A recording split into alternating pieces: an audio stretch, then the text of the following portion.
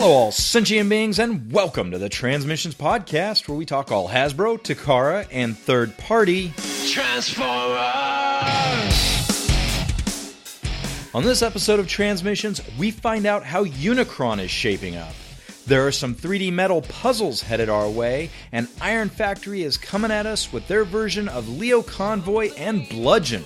Today is Wednesday, August 14th, 2019, and this is episode 342 of Transmissions.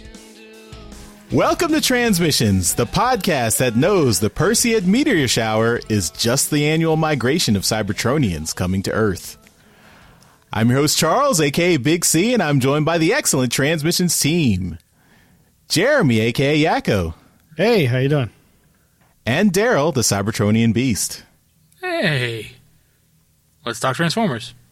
All right, and as always, we start off by thanking our Donatreons, those beautiful people who give us money on Patreon and PayPal. You guys are awesome. Thank you so much for continuing to support us and help us bring this show to you every week. And it's so because beautiful. Of you. They are. They're so beautiful. We have the best looking audience in all of podcasting. Have they looked at themselves in the mirror today? Go look at yourselves. You're gorgeous. And if you would like to become a Donatreon and become one of those beautiful people, just go to transmissionspodcast.com/support, and there you will find links to donate on Patreon and PayPal. So either one.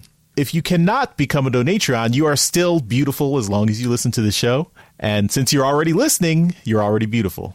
But if you want to become even more beautiful, you could buy some merchandise, a nice T-shirt to accentuate your physique. Just go to our TeePublic store, transmissionspodcast.com/shop, and you can get some nice Transmissions themed shirts. You can also visit our friend K-Girl's store on TeePublic. She also has some awesome designs. She's helped us out a lot with her graphic artist talents as well. And just go to teepublic.com/user/superstark. Now, this week is a special week. It is our Transmissions anniversary. So the first episode of Transmissions dropped on August 13th, 2013. So this week is our 6th anniversary. So I didn't get you guys anything. Me neither. So we would have recorded it exactly 6 years ago tonight. No, I think we had like an extra week lead time. Oh, did we? Yeah. Oh, we were terrible. we didn't have mics, so it took us a lot longer to get the show edited. Remember, we recorded on Sunday for release a week Thursday after. I forget that. Yeah. I forget how bad we were. I did listen to the beginning of episode 1 the other day, just when I realized this, and it's amazing how little our format has changed. Oh, I know. Yes, it's exactly the same. We did have that big split on episode 200, though. But, yeah. So that's a big difference. But we tried to cram everything into a single show back then. Well, group hug. We'll give a big virtual hug. That'll be our present to ourselves. Aww. And of course, we pour one out for Yoshi, who couldn't be here, but he seems to miss our anniversary every time. He's a bad husband. Yeah, he also never wears our shirts, and he likes to go play with other podcasts. Adulterous. All right, enough patting ourselves on the back. Let's get into what everyone's here for: transforming toys with toy news. All right. Well, what we've got first up, before we really get into anything, we're going to do our weekly Unicron Watch. Where is the Unicron crowdfunding at this week? Not as far as we'd like it to be. It is at 2,409 backers. Of the 8,000 needed to fund this project. It is currently at 20 days, 2 hours, 9 minutes, where we're sitting right now. We still need a little bit more here, people. So if you're looking or thinking about it, you got some time. So I mean, it's not crunch time yet, but we're getting close. I really should start keeping track of where the numbers are every week to see if there's some kind of a pattern, I can go back to the beginning of the show. I think it was just about 200 since last week. Really? That's a big jump. So yeah, but still, we should. If only we had someone that was like an engineer that could like graph it for us. And give us some predictions based on this current rate. You guys know how to use spreadsheets too. Yeah, but you I don't have a doctorate in spreadsheets. My doctorate is not in spreadsheets. But it could be. Anyway, that's the quick update on Unicron, and listen next week for a little bit more. It's not all I have on Unicron, apparently. I have quite a bit more here. So, for people outside of Canada and the US and Japan, who were thinking about, I want a chance at Unicron, but I don't live in the West or in Asia. Well, for people in Australia, you can now pre-order Unicron via EB Games and Zing. So it's going to be able via EB Games and Zing stores for $848 in Australian money, which is about $575 US. So you guys are really getting a good deal. You're not having to pay any kind of crazy markup prices on that, which is amazing. So I'm pretty jealous of you there. So good for you. It does require a deposit of $100 Australian dollars. Yeah, there'll be they're taking pre-orders right up until the final day, August 31st. If you're in Australia and you're looking for this, EB Games or Zing. But it doesn't look like this goes towards the 8,000 units that are needed. They might be getting it because Australia generally gets stuff from Takara. Well, so. The story says it's only going ahead if the American target of 8,000 is reached. Oh, okay. Well, so that makes me think that all of these international, like the Japan stuff, none of that matters if it doesn't reach 8,000 in the U.S., which is dumb. Yeah. I would hope that the every pre-order that Australia gets then, it ticks one off of the Hasbro U.S. goal. Yeah. If it doesn't, I'm sure there's some lawyer we can blame for this somewhere in Hasbro. Sure. We've got another story with a closer look at Unicron. So they've got the prototype out in both modes and some really great pictures of it close up, like really close up here. So you can get some really good looks at the in planet mode, the mouth gears and whatnot, and see how they work. Some really good videos. These are some really great pictures here. Obviously, it's not colored; it's just prototype, but some amazing pictures here. If you wanted to look at all the details that they put into the planet or into the robot mode. Something about did we hear about whether there's an electronics feature or not in the head? Because the eyes appear to be clear, like there's going to be some kind of light up feature. I don't think there is. I don't think there's going to be any electronics. Yeah, I didn't think so either. But the eyes really do make it seem like they're going to light up at some point. Or maybe there's some light piping in there. But anyway, these are really great pictures. Take a look at them. Yeah, hopefully if you're not already interested, these will help you push you over the edge. There's still no picture with a banana. No. So you have no idea how big it really is. There's pictures of it with humans, but they could be any size. They could be small humans. You don't know. I don't. It's a problem. It is funny looking at these, where you see the hands manipulating a part of it, and you realize these are adult-sized hands, and how big this thing actually is. We have another story featuring the video that kind of popped up this week. This was released by Hasbro to kind of drum up some promotion on it. This is a really well done video. It features the designer Takashi Kunihiro, and he is wearing a tuxedo while he goes through the transformation of the Unicron figure while montage of 86 movie clips filter in through the video. It's a very cool video. The addition of the tuxedo makes it look very elegant and beautiful, and obviously the figure is it's awesome.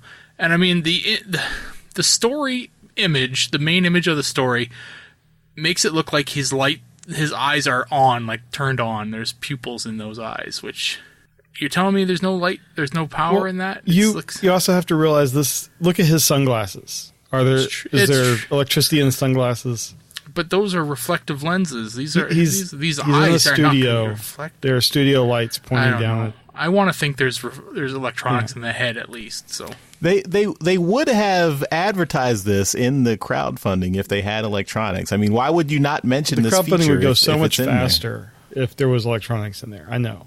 Anyway, we wanted as much as you, Daryl. It's just it's not there. I'm sorry. I feel like it's something that they'll announce like within the last week or so, just to kind of push it over. Oh, and guess what? We're just to help it move over or move to the end. We're going to put electronics in the head. They've always been there the whole time. If we get it, our first stretch goal is electronics. Yeah. But yeah, check out this video. It's pretty cool. And outside of Unicron and Unicron-related news and topics and whatnot, I did have one other topic I wanted to talk about today, and this is from Toy World, and it's the first pieces of their Thunder King Combiner. And if you don't remember their Thunder King Combiner, we talked about it once because it just basically appeared as a silhouette at it might have been TFCon last year, but it's basically Toy World's Predaking, and they're going to do a full combiner of them, and we have the first gray prototypes of two of the figures. It's their TW-C08 Revoltagayar. That's a hard name. And TW-C09 Fury, and these are Tantrum and Rampage, or vice versa, I guess, by the way I announced it. Rampage and Tantrum. We've got the bull, and we've got the lion or panther or whatever the hell you want to call him from Predaking. And isn't he a tiger? I think he's like a saber-tooth tiger. Yeah, maybe. So yeah he's these things look really cool in both modes. If I could complain about one thing, I'd probably complain that their heads might be a little too small. But other than that, like, the animal modes look amazing. They've got the Rampage in one of the pictures. They've got him transformed into the arm. He's holding the sword for Predaking, which is enormous. And I love that. Predaking needs to have a sword that's just ridiculously huge, and they've shown it here. It also does show that the sword is made up of multiple weapons for each individual figure that will combine into Predaking's sword. And it also these pictures do show that the hands for Predaking are going to transform themselves. So they'll combine together, both hands will combine together and turn into a crab, which is, it didn't have to, they didn't need to do that, but why not? Why not make the hands into something? You got to do something with them. Yeah. If they're not going to be part of the robots themselves, like integrated into the design, then they're just going to be just parts lying down on the ground when you're done with it. So turn them into something. And I think turning them into a crab is probably the easiest thing to do because of all the fingers, but it's also, a pretty neat little design. Mm. Yeah. Idle Hands or the Devil's Playground or something, or Workshop, something like that, right? Yeah. So, Charles, what do you think of Revoltargar? I don't know what the name is. Rampage and Tantrum here. These do look really cool. These the robot and animal modes look really nice. The added feature of all the weapons combining and the hands combining into a crab, I think is really nice. This is something that is really separates it from all the other Predaking variants out there. So that's really nice to see. That's something that has me interested. I'm still probably not going to pick these guys up just because the third-party combiners are an expensive undertaking. But I think that's a nice premium that you can put on there to entice people who are interested in this. Mm-hmm. So I guess the question for me, since I know you are the big Predaking person, so is this enough to get you interested in this? Well, I am. I'm a big fan of Predaking, and I I gotta say, there's no information on how much these are going to cost. And that's a big factor. And I do want to say one thing is the Mastermind Creations Predaking that they put out a few years ago. His weapons, the individual guy's weapons, did combine to the Predaking sword. So, okay. But the hands themselves didn't do anything other than be hands. These individual robots do look pretty awesome. For me, if it's a combiner, they might be in their individual robot modes when I first buy them, and then they spend the rest of their lives in combined form. So the combined form is the biggest aspect to me. And for these guys, it's what they look like in their animal mode, because their animal mode is what's going to be part of their combined mode. So seeing the arm here with the holding the hand is probably the best picture for me, because it shows me how big this thing's going to be and kind of what the one arm is going to look like. I can't really tell what the combined port is on it. You can see where it is a bit, but it doesn't really show you what the port looks like, so how strong that port's going to be. But, I mean, we're going to see a lot more of this. Obviously, these are all just prototypes, and there's a lot more to come for this combiner. We have no idea, like I said, the price. We do know that the Predaking, when combined, is going to be 50 centimeters tall, and that's pretty big.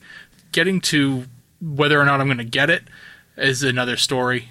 Seeing what it looks like in combined form fully, whether prototype or not, is the first hurdle for me, whether I'm not going to buy it.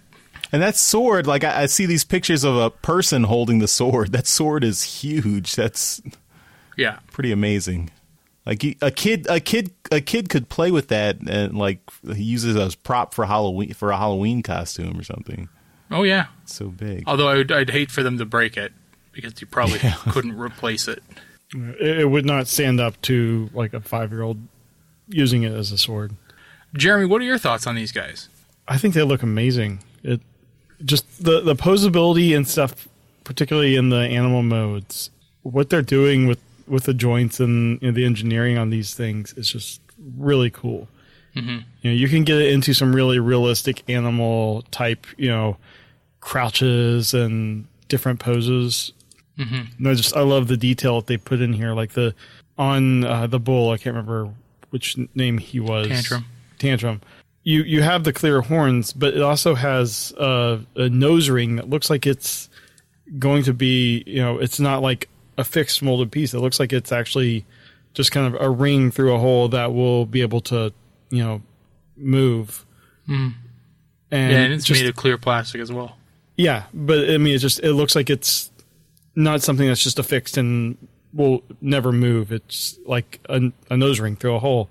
Mm-hmm. And just little bits like that, I think, are really cool features that they didn't really have to add, but it definitely separates it from some of the other ones we've seen. And the things like, the hands that we've talked about, that it's great that they've thought about, hey, we have this thing, these pieces that you don't want to lose. You have to do something with them. Why not add a little bit of playability into that too? Mm-hmm. And I think that's really cool. Yeah. I'm like Charles, this is not even anywhere close to my budget, but I think they look great. And if this is your jam, I think you would be very happy with these. Well, that's 2 votes for me to spend a lot of money. I think I agree with you on the animal mode poses. The one of Rampage here with the kind of in like the 1 foot in front of the 2 front feet, but one's in front of the other kind of pose is probably my favorite picture out of the entire lot. It's just a badass cat pose. Mm-hmm. But yeah, I think I'm going to follow this one pretty closely. Obviously, so now that we're getting pictures and stuff of prototypes, we're going to see this thing develop a little bit faster. But yeah, I think that's it for me this week. Jeremy, what do you got? I am starting off with some new 3D metal puzzles. This is by the company Moo Model. We previously have talked about things from like Metal Earth, and I think we've even talked about some from this company. But they kind of out of nowhere released images of Tarn. So we keep getting all of these non-transformable versions of Tarn that are officially licensed. But this thing, these are the model kits where basically they're sheets of metal that you pop out the pieces, and it's just like tab into different slots and stuff to make it. But this thing looks really cool. I imagine if it's like the Metal Earth ones, it's going to be pretty small. You've got all the colors are there and removable faceplate. And at first I thought he was standing next to a pen, like a writing pen. And then when I actually look at the images, it's his gun, which is taller than he is. Mm-hmm. So this is a really impressive model. And then we also have one that they've released of Wheeljack. I thought we had talked about this, but I think that might have been another show I was listening to. This is G1 Wheeljack with he has like a box of his tools and his guns and stuff, and I think they've knocked it out of the park with both of these. So, Daryl, what do you think of this? Well, I do have a lot of those Metal Earth ones. I've yet to do them. Yeah, and they are not colored, and these look like they are. So. Oh, yeah, and I think my apprehension was simply because of what you experienced with just your fingers getting all slashed to pieces. I'm just worried about that. These look amazing, though. This Wheeljack looks phenomenal. I think I would really like to kind of test out the waters on something like this. Probably take the Metal Earth one just to see first, because it looks a little easier. Yeah, I don't think that's the one I got my fingers cut up on. I think that was the Farai one, because I was using a knife. Right, yeah. But the Tarn one looks amazing too. I do really like Tarn. But I want to say, like, if this is his gun, obviously Tarn had a double-barreled fusion cannon. So I'm looking at this thinking, does it split apart? And if it does, can it be combined onto the other one, like side by side? And we have no picture of it being put on his arm. But it does look like there are two handles. It does. Yeah. So for me, Tarn needs to wear this thing as a double-barreled fusion cannon on his arm. If he's just going to have two blasters, in each hand, then that's fine. Yeah. But it's not quite right. Anyway, I like them. I think they're really cool. If they're inexpensive, I'm not going to pay $50 for this thing. You know. I mean, the Metal Earth ones are $10 or less, cheap. I think. Yeah, they're really cheap. So, I mean, if this thing's affordable and it can, I can buy it and then not have to worry about doing it, like, I can look at it, once a week and say, oh shit, there's $50 sitting there because I haven't done it. The Metal Earth ones are sitting there and I'm like, oh, there's $15 that I haven't done anything with, and that doesn't really bother me. But this thing's $50-$60 and I'm like, oh my God, I gotta still do that thing, right? Then I'll start to really get annoyed with myself. So yeah, I'd avoid it on that basis alone. But yeah, they're very cool. Very, very cool. Charles, what do you think? You want to get in on this? Yeah, I agree. These do look really cool, especially like with the Metal Earth ones. They were all just a single color. Like I never saw and these are like shiny colored models. So I imagine that might add to the expense, unfortunately. Yeah, I'm looking at their G1 Optimus, and that is $60. Yeah, so So I would imagine this is probably that same range. But yeah, the Tarn and the Wheeljack both look really amazing. I agree with Daryl, though, that I hope this Tarn has a double-barreled fusion cannon, like you can split apart and mount on his arm, on his forearm, like the comic. That would make it a little bit more appealing. Although, yeah, I mean, it's hard if I wouldn't want to spend that. I actually just.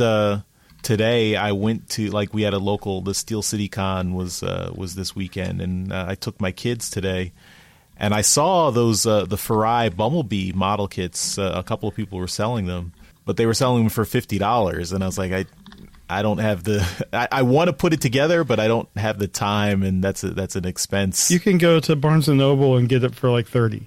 Oh, okay. Well, that's even better that I didn't buy it then. Yeah, that's good. My Optimus one was about $30, and that's where I got it. Another thing I wanted to bring up with these, we're like I mentioned, we're getting now all of these non-transformable Tarn licensed figures. So clearly there is an audience for Tarn, and Hasbro is aware of it. I'm going to go and make a completely way too early for New York Comic Con prediction. The next phase of Siege is going to have a Tarn. Let me ask you this, though, as our businessman on the show. Does the unlicensed, the licensed third party, does it still count as using the name Tarn as a trademark name or as a a copyrighted name? Hasbro owns the trademark. So does this keep the name Tarn then for Hasbro by this company putting it out? Yeah, I mean, because they are paying Hasbro for the right to use it. So the name Tarn is being used in commerce. Right. With permission from Hasbro. So basically, they're keeping it going. Yeah. Have we seen Tarn been officially trademarked by Hasbro? That's because I don't at least I don't know. I haven't done a search on it, but I mean, clearly this is like they own the IP on the character.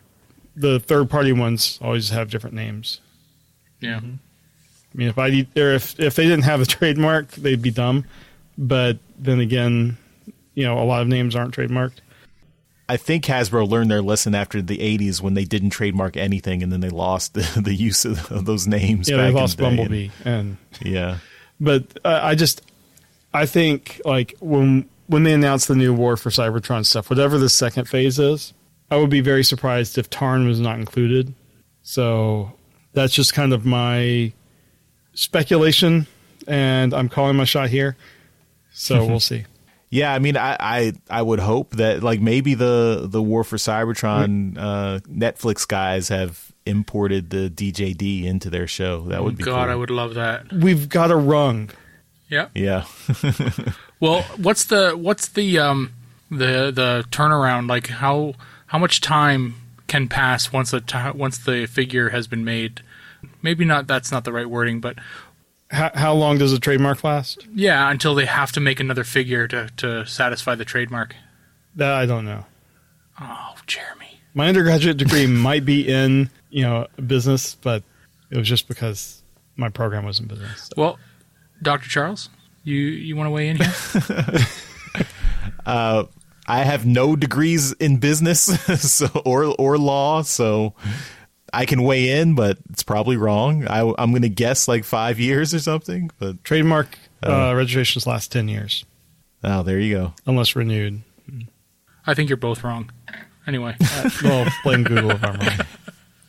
Anyway. Okay, Daryl, do your own damn research. I thought it was 3 years. I thought they had to have a figure made within 3 years or they lost the trademark to that. No. But anyway, I do have something else here.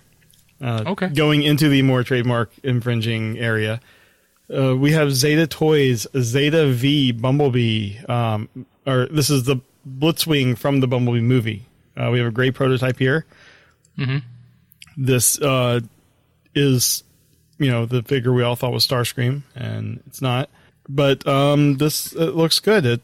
Basically, it's just a jet. It's not one of the triple changer characters. I think this looks great. There's one picture here where someone kindly put their hand next to it to kind of give some sense of scale. If I had to guess, probably 8-9 inches from back to front in jet mode.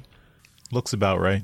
But this, it looks pretty good. They have it next to their Bumblebee figure, and he's clearly taller. Like Bumblebee comes up to his elbow. I don't know. I think this looks good if you're into the. If you want some Bumblebee movie toys, and maybe they'll do some triple changers that are actually triple changers. But Daryl, what do you think of this guy? I think he looks awesome. Painted up, this thing is going to look exactly like a movie Starscream from the 80s. And regardless of whether you're going to call him Blitzwing, this thing is going to look like a Starscream. And I just think it looks gorgeous. That design was just really cool from the Bumblebee movie. And if they can make this thing look half as good as the 3A one that doesn't transform, then I will very highly consider buying this thing. Yeah. Just because it's a cool movie toy that it just got the wrong name. An unfortunate unfortunate circumstance caused Yeah. it to get the wrong name. And yeah, it looks so cool. It really does. Cool. And I should mention, this is the ZV-01 Pioneer. Charles, I know you're probably like me, not really going to buy it, but what do you think of this design? I do really like this design from the Bumblebee movie. I think I really am disappointed that they... I mean, first of all, if you named it Blitzwing, but you didn't even bother to name drop it in the movie itself. So the fact that you named it Blitzwing kind of doesn't matter. You could have given it any other name because they don't even say the name in the movie. So what's the point of giving it a triple changer name if you're not going to make it a triple changer? I mean, I think we've been over this several times. I mean, and the other thing is you've got like how many different Seekers are there out there? If you didn't want to name it Starscream, fine. You've got like 10 other Seeker names you could have picked to make it just one of the other Seekers. I mean, how about Ramjet? Just, Ramjet's kind of off-white. Yeah. But this is an alt mode discussion. You're on the character. So. But the toy is really nice. The figure is really nice. Yeah, for someone who wants a really nicely detailed movie toy, and if the Hasbro toys are not really giving this level of detail for Blitzwing, I'm making air quotes. Yeah, this is a good substitute, and also like having it next to their version of Bumblebee, they're nicely proportioned. I mean, I don't know if that's totally in scale for a VW Bug and this jet. Probably there's a few orders of magnitude for the jet. Yeah, that probably. need to. But it for the toys, they look nicely proportioned. All right. Well, that is all I got this week. Charles, what do you have? All right, I am taking us into the Miniverse with some Legend scaled figures. First up, we've got our friends from Iron Factory, and they've released some really interesting toys. Now, this is a Leo Convoy and a Bludgeon, but they're samurai. So this is really interesting. So they're calling it the Iron Samurai series, where number 45, EX-45, Yoroi Shishimaru, that's Leo Convoy, and EX-46, Hone Tsukumoki, which is Bludgeon. And these guys look really cool. I mean, they look like they share a mold. At least their robot modes look very similar. Of course, Leo Convoy turns into a lion, and Bludgeon is a triple changer. He turns into a tank and a walking tank. Mm-hmm. But and Bludgeon's robot mode in particular, he's got like this demon chest that looks really cool. Kind of like those ceremonial like Japanese masks. Yeah. And it looks like he also has a flag on his back. Yep. Oh yeah. But their shape, like their body shapes in robot mode at least look very similar. Their alternate modes are different, but I'm looking at different parts on them here, and they might be similarly like as a silhouette, but they're very differently built.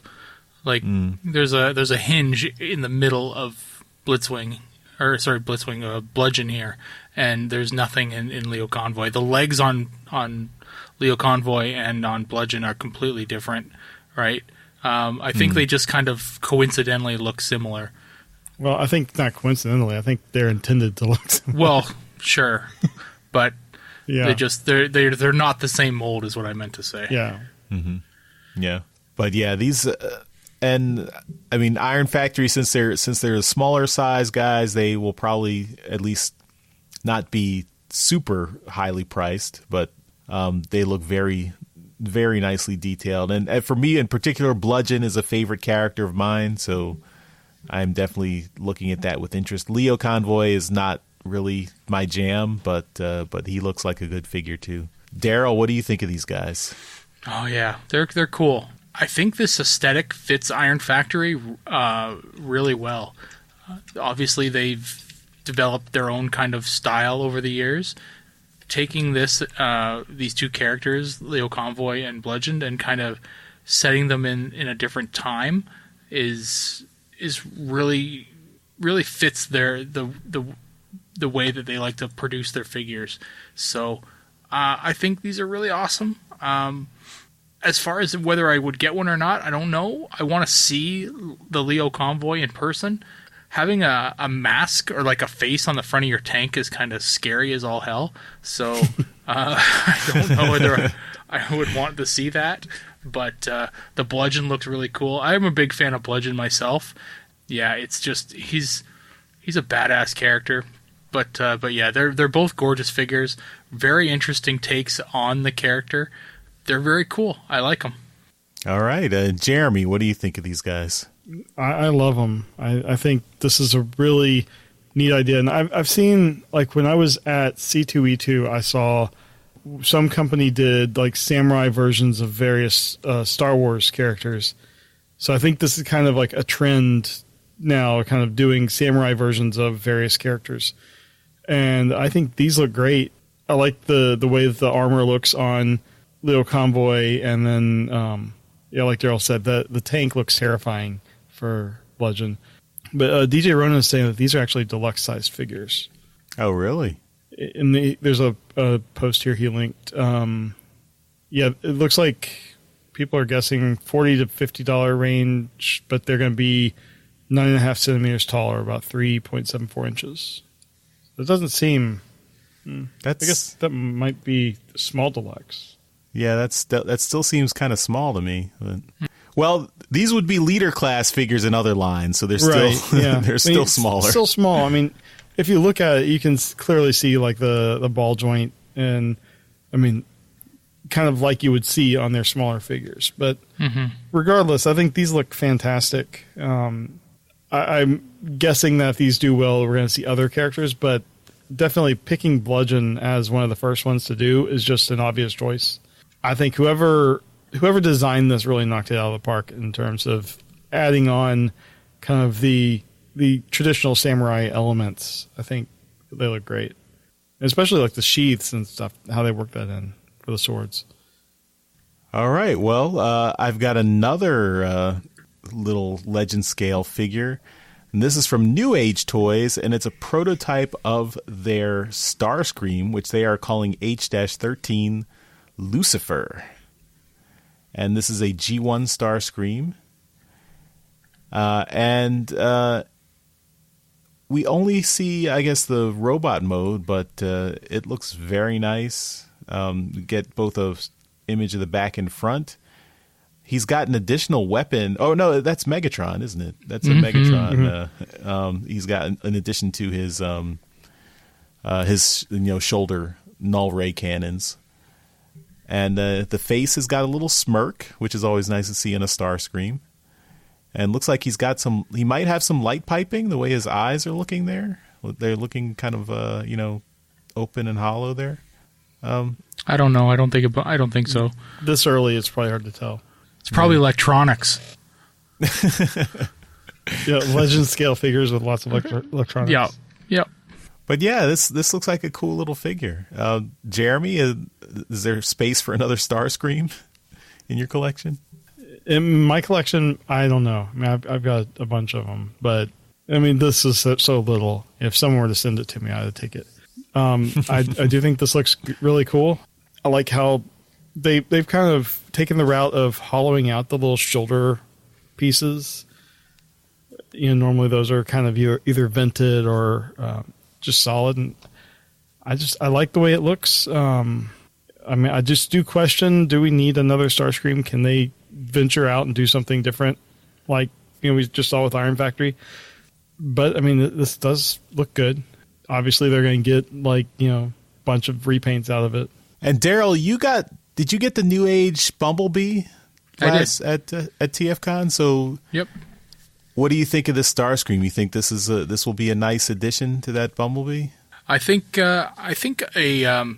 for me personally, a collection of legend scale figures is best represented by going through all the different manufacturers and picking different figures from both, whatever one you think is best. So if New Age here has the Starscream that you really, really like, fantastic. Go with that one. If they've only got the Bumblebee you want, but you want the Starscream from Iron Factory from a couple years ago, go with that one.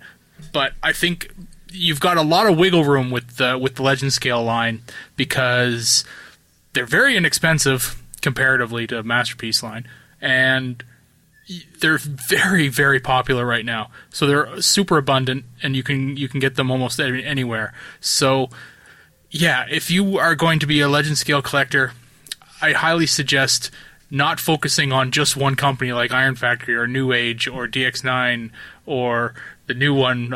Is it Toy World? Toy World's doing one now too. So yeah, and Magic Square's also got them now. So yeah, so you really just spread through all those lines and pick up the characters that you want to pick up, because it makes the line look very diverse, and the characters, as long as you're not too picky on scale, because a lot of them will have different scales with each other. But as far as this Starscream goes, I think it looks really cool. Obviously, a prototype is going to have issues that we see, but we've got one here with Coronation kit kind of on it. So we've got a clear cape and a crown, and like Charles said, he's holding a Megatron gun. So hopefully we'll see shoulder pads to go along with that Coronation kit. Also, I just noticed him here. He's got some kind of clear plastic, like fire effect on that look like they're attached to his feet, to look like he's kind of flying. So that's kind of neat. Oh yeah, that's cool. And it'd be neat if third parties started and just adding places where you could fit those siege effects on them. Yeah, the first picture actually shows a different effect coming from his feet. It's a blue effect. I don't know whether these are things that will come with the figure or not, but they're in these pictures. It'd be nice if he came with this stand, but I know not to assume that figures come with stands. But I did also notice that in this first picture, there's a Megatron in the background as well. And there's been speculation that New Age is working on a Megatron. It was in one of their panels at TFCon, so that might be more evidence that Megatron is on his way from New Age. So if you've been waiting for something that's like really slavish to the G1 design, that's probably it sitting there. It looks really good, and like Jeremy said, you're going to get a lot of repaint potential out of this. And a lot of these companies that are just starting out, New Age is still pretty new. They haven't done a lot of characters.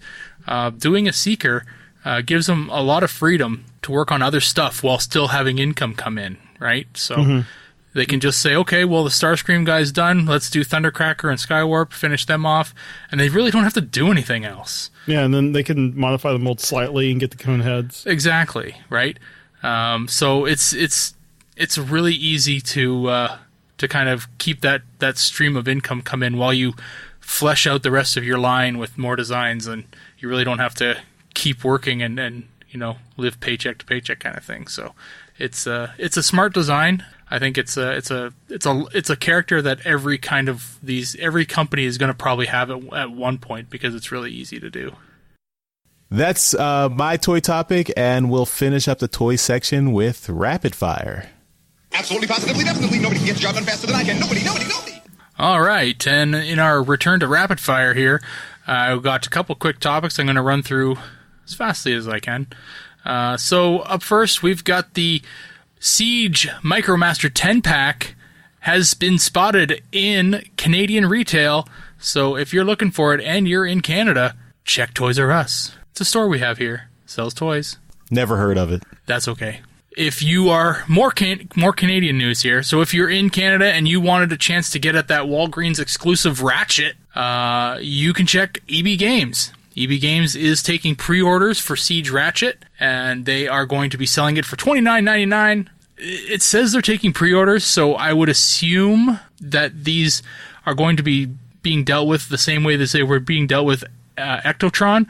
So if you pre-ordered Ectotron, then you got one because it came out and was given to you, but they didn't stock it for the store. So this may be the same situation. So if you want a Ratchet, I would go into EB Games in Canada and you can pre-order it there. EB Games, if you have an Edge card, they do not require you to put any money down. You can just say, hey, I want to pre-order the Ratchet. They'll take your name, your phone number, and then they'll call you when it's in. So it's free to do, and it'll guarantee that you get one. If you're in Australia, we talked about this a bit in beginning of the show. They have EB Games in Australia as well as a thing called Zing. Never heard of Zing before, but I assume it's some other kind of store. That'll be the place where you can pre-order Beast Wars Masterpiece Lio Convoy. So if you're looking for that, it is pre-orderable right now with a $50 deposit and will be a total price of $298 in Australian money. And it's expected for release on February 29th, 2020. Anyone planning a trip to Universal Studios in the next little while? Well, nope. You can get the Studio Series Leader Class Dark of the Moon Megatron, which will be a Universal Studios exclusive. And it's the one where Megatron was a big Mack truck with all the knives and stuff sticking off of him. Is this the one where, like, the actual character that, insults you at the studio or at the park? I believe so. Yep. It'll also be very overpriced. Oh yeah, it will. I gotta say though, looking at this, it looks like it's got a lot more stuff going on with it. So this is leader class. So I don't know if there is a regular one right now of this. I have not been following Studio Series very closely. It says in the story that this is a gray redeco of Studio Series, their SS-34. Oh, 34. Dark of the Moon Megatron. Okay, so there you go. It'll be a little bit more special. Likely, if you get it, you'll have a nice special Universal Studios box. It'll also be twice as expensive. Oh, yeah, it's going to be real expensive. But yeah, that's kind of cool. It's different. Yeah, I see in the comments here, a leader class figure at Universal Studios costs $80. Oh, my God. And this will be in Studio Series, probably more. Yeah. All right. And the last topic I have for us here, we have packaging revealed for Transformers Flame Toys Farai model Megatron. This is the IDW Autobot version. And I gotta say, this thing looks magnificent. I've seen pictures of this thing as the production's been going along. This is the IDW Megatron that we got of More Than Meets the Eye and was in Lost Light.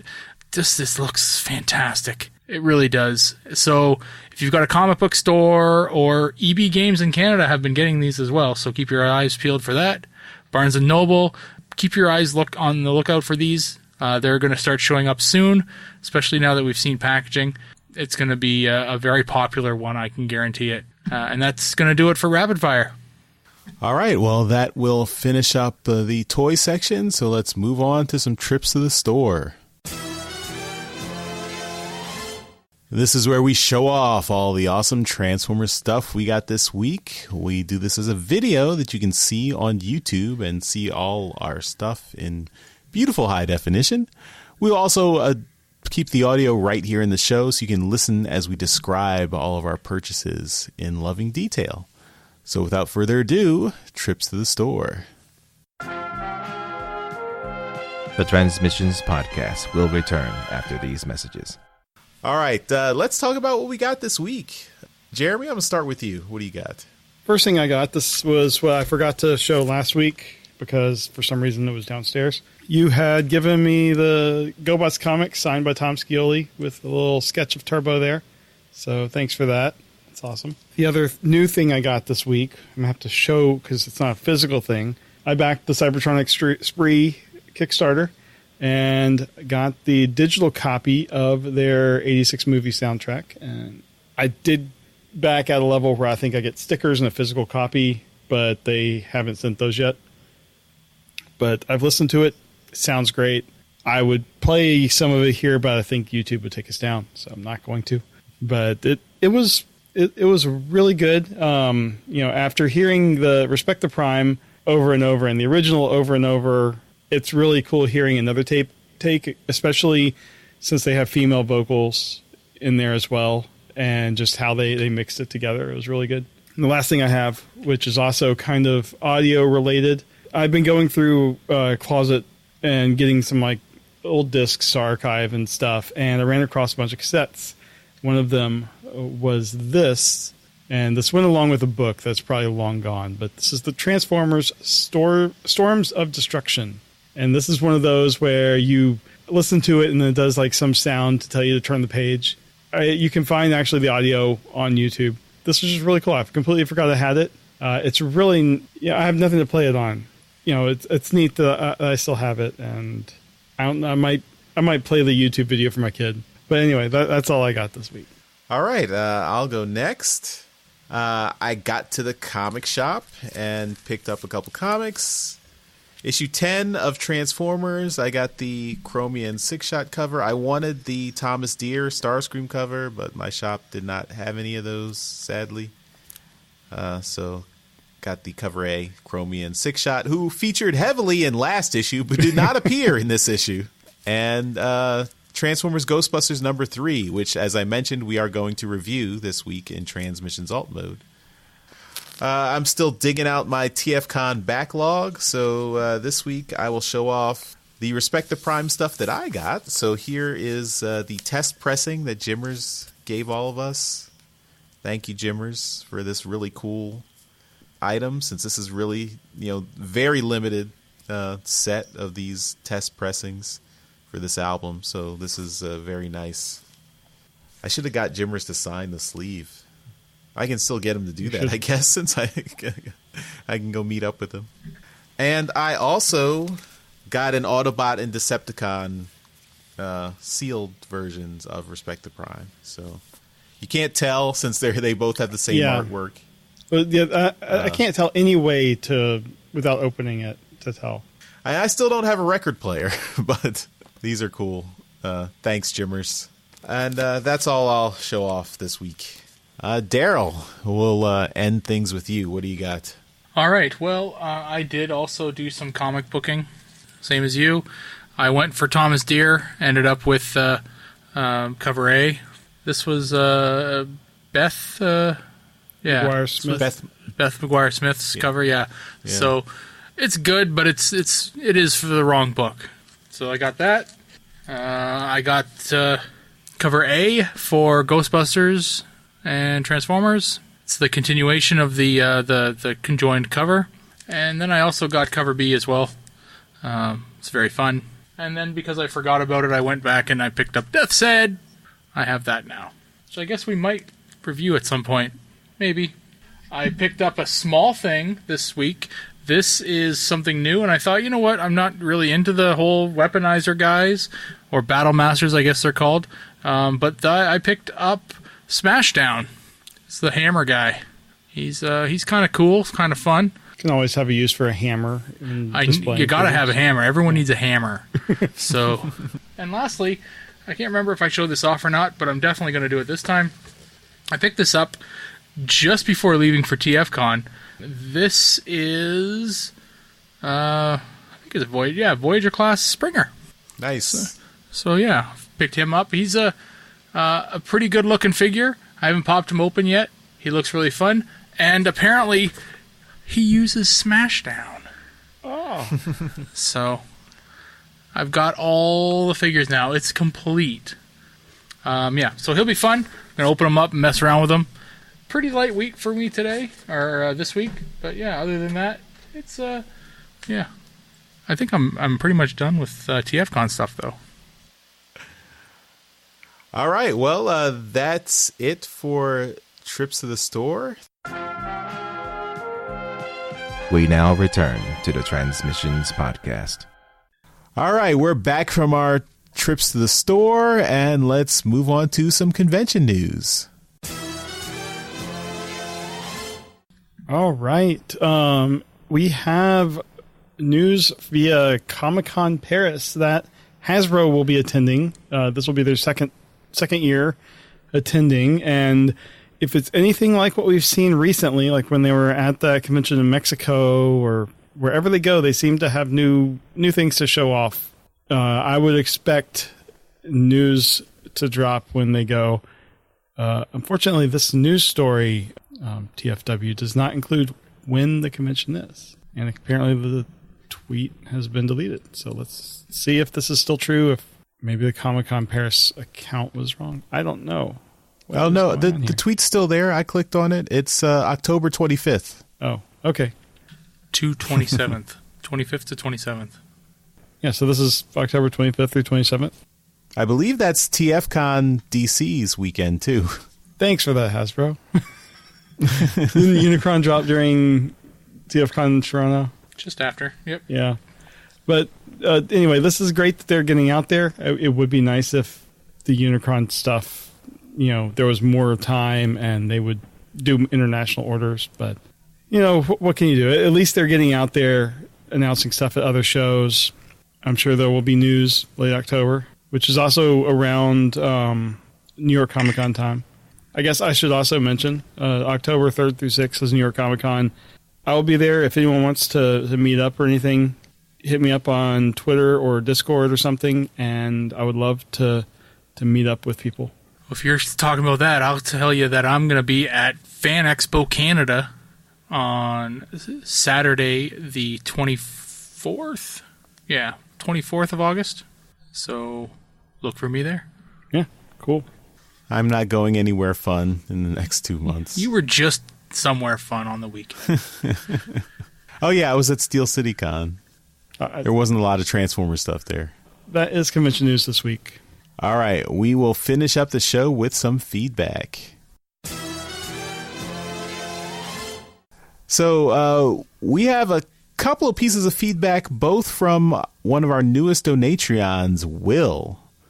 So, Will, you're awesome, and it took us... we didn't notice you had left us a 5-star review on iTunes, and those are awesome. We've stopped checking the iTunes regularly because no one leaves us reviews anymore, but Will, you went above and beyond. Not only did you join the Patreon as a supporter, you left us this awesome review. So, Will gives us 5 stars, the best Transformers podcast. By far my favorite Transformers podcast and my first stop for all Transformers news. The guys dig deep into TF geek culture with humor and camaraderie. I'm a comics guy, but I really enjoy listening to all the toy talk as well. My only complaint is that the plot recaps during the comic reviews are too long and unnecessary, but that's a minor grumble. Proud to be a Donatreon and having a lot of fun exploring the back catalog. Thanks, you guys. Awesome. Thank you, Will. I do warn you, only going so far into the back catalog will only hurt. So be careful how far you go. Yeah, you can talk to fellow Donatreon Chris Gedrum about that. If he's recovered, if his brain is recovered from doing a complete re-listen from episode 1. The comic recaps have always been a point of contention for our listeners. There's a fair amount of people who don't collect the comics, so they like the recaps because they at least get a taste of what's going on in the comics without having to read through them. But we know a lot of people who read the comics. It's a bit of a bit of a slog, but we feel like we've struck a balance since we write out the summaries ahead of time that lets us keep them relatively short. Yeah. If you do go back and listen to those old episodes where we did just a rambling review, those reviews took a lot longer. Those summaries took a lot longer, and those are painful. Yeah, personally, I try to not do every single little thing that happens. It's right. Maybe a sentence or two per page or something. Yeah, we try to keep the summaries very much focused on major plot details and so you get a gist of what the entire story is, but we're not just reading the comic to you. We still want you to buy it, so they still make them. Yeah. But thanks, Will. Thanks for the feedback, and thanks for the awesome review. And if you want to hear what Will sounds like, we've got a voicemail from him as well. So, Jeremy, play that voicemail. Hi, guys. It's Will here from the UK, recent donator. Just wanted to say hi and say thanks for all the work that you do in the podcast. Been a Transformers fan since the beginning. Massive fan of the UK comics and the original Marvel run and now the IDW era. You kind of got me back into wanting to collect toys again after I sold them all a few years ago. So I don't know if I should thank you for that or not. But it's fun to listen to you guys talk about all the stuff that you bought. Your passion for it is very clear. Really enjoying the podcast. I'm currently moving house, so I'm painting and decorating and moving, boxing. So you've been my companions through that process, listening to your shows. So I just wanted to say thank you. I'll be a long-time listener, I'm sure. Hope to see you at a convention someday. Bye. Wasn't Chris Goodrum also like painting a house? Yes. Yeah, he was. And he's also in the UK. So maybe we are just, when you're moving or you're painting your house, we're just the best audio companion. But that's awesome. Awesome. Yeah. And Will, I don't know if you're getting out to TF Nation this month. I hope you have fun there. I guess that's next week, isn't it? It's the coming weekend. Yeah. So I hope you have fun there. That's a dream of ours to get out to TF Nation. So if we do, we will be sure to let you know and hopefully meet up. But not this year. Sorry. Other listeners there. We know Dog Cage is going from Canada all the way. Yep. I think Chris Gedrum has gone. Yeah. Oh, sorry. Yeah, Chris Gedrum has gone. Lady Wreck is also going. Yeah. And Chris Gedrum has gone several times before. I don't know if he's going this year. He hasn't mentioned it, but yeah. So look out for people. And apparently, we only know one UK guy. What? We only know one guy in the UK. It's Chris Gedrum. Likes to go to and John Paul Bove. Yeah, that's true too. Yeah, if you see him, ask him for ham. But we also see here in Discord, Quattro says he also painted his house listening to our podcast. So, oh yeah, Marion from Podcast Maximus is also going to be there. So, and of course, you'll probably meet up with James Roberts if you're interested in the IDW comics and the UK comics, the old Marvel UK comics. I know he's a big fan of those. All right, well, thanks, Will, for that feedback, and we hope you are enjoying listening. And we will see you next time, everyone. Bye-bye. Bye. Later. Hey everyone, thanks for listening to this episode of Transmissions. But just because this episode is over doesn't mean the Transformers fun has to stop. Join us and other Transformers fans on our Discord chat server by visiting transmissionspodcast.com/discord. If you would like to learn more about how you could support the Transmissions Podcast, just visit transmissionspodcast.com/support. Thank you all for listening, and we'll see you again next week.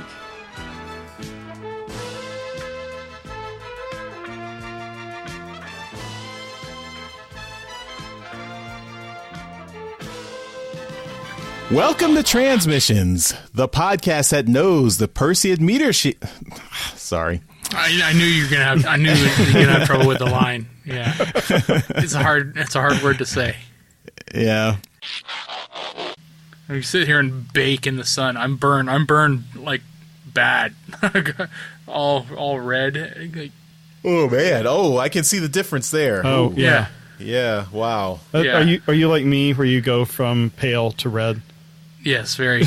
Yeah, very Irish skin. I can sit out in the sun all day, Daryl. I'm like, yeah, I hate you. Yeah. Why did I not get that skin, Mom? It's like I was a pervert. Well, no, it's just What you wearing? Yeah. So he works. Mike's gonna love you. I assume that came through quite clearly.